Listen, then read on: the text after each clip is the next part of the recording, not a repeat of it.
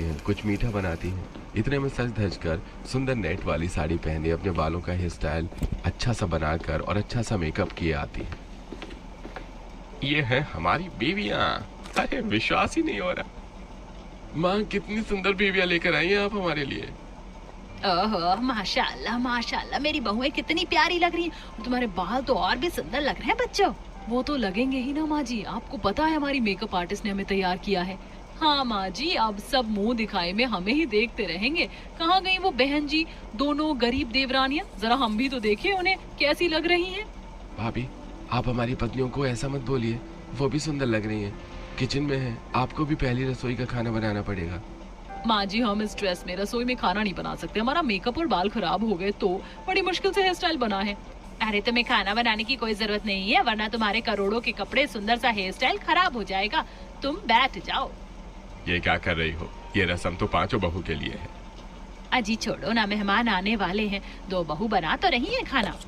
तब दोनों बहू पहली रसोई की रस्म में स्वादिष्ट व्यंजन और मूंग दाल हलवा बना देती हैं और कुछ देर बाद सब ब्रेकफास्ट कर लेते हैं। इतने में मेहमान आने लगते हैं। बसंती अपनी पांचों सुंदर बहू को घूंघट में सोफे पर बिठाती हैं।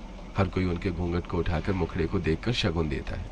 अरे देखो तो, इन तीनों बहू के बाल कितने सुंदर हैं और प्यारे हैं, मुझे तो उनकी ड्रेस भी अच्छी लगी। अरे ये तीनों बहू करोड़पति हैं, सुंदर तो लगनी ही थी, लेकिन वो दोनों गरीब बहू हैं, उन्होंने इतना खास हेयर स्टाइल नहीं किया। देखो तो बाल कैसे खराब हो रहे हैं। दीदी, रसोई के चक्कर में हम अपने बाल ठीक करना भूल गए।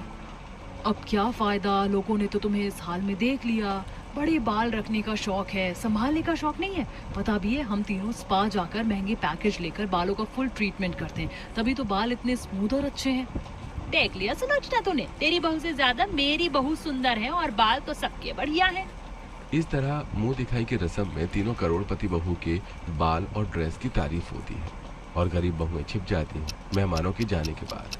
बहुत ठंड हो रही है माँ जी, दोबारा चाय गर्म करके लाई हूँ, ये लीजिए चाय और साथ में मूंगफली वाला चटपटा पोहा।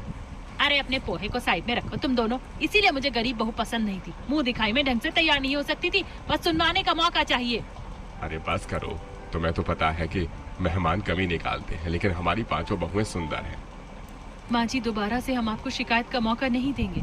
ठीक है, अब जाओ यहाँ से। अगले हफ्ते मेरी फ्रेंड की किटी पार्टी है, तो अच्छे से तैयार होकर चलना।